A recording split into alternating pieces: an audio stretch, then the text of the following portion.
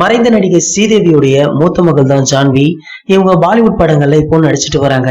ஸ்ரீதேவியை போலவே ஜான்வியும் தமிழ்ல ஒரு முன்னணி நடிகை ஆக்க வேண்டும்னு ஸ்ரீதேவி ரொம்பவே ஆசைப்பட்டாங்களாம். ஜான்வியுடைய முதல் படம் ரிலீஸ் ஆவதற்கு முன்னாடியே ஸ்ரீதேவி மரணம் அடைஞ்சிருக்காங்க. இப்போ என்னன்னா, போனி கபூர் தயாரிப்புல அஜித் சார் நடிக்கும் பிங்க் பட ரீமேக்ல ஜான்வி கௌரவ தோற்றத்துல நடிக்க போறாங்க அப்படின்னு முன்னாடி தகவல் வெளியாச்சு.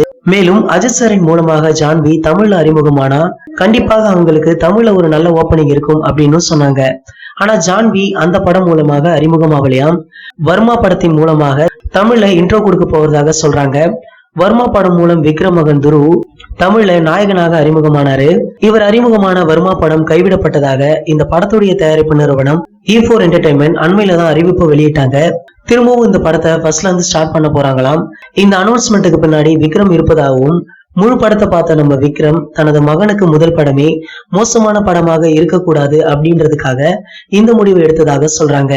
இப்போ என்னன்னா, E4 என்டர்டைன்மெண்ட் இந்த முடிவை எடுப்பதற்கு முன்னாடியே பாலா இந்த படத்துல இருந்து கடந்த ஜனவரி மாதமே விலகி விட்டதாக, அப்படி இவர் விலகுவதற்கு முன்னாடி ஒப்பந்தத்தையும் அவர் வெளியிட்டுள்ளார்.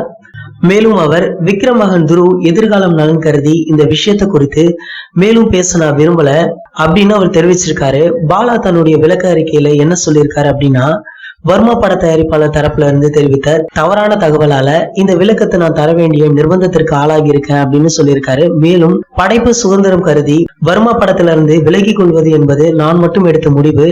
இவர் செய்து கொண்ட ஒப்பந்தம் இணையதளங்கள்ல வைரலாகிட்டு வருது. மீண்டும் உருவாக போகும் வர்மா படத்துல துருவ் இருப்பது உறுதியாகிவிட்டது.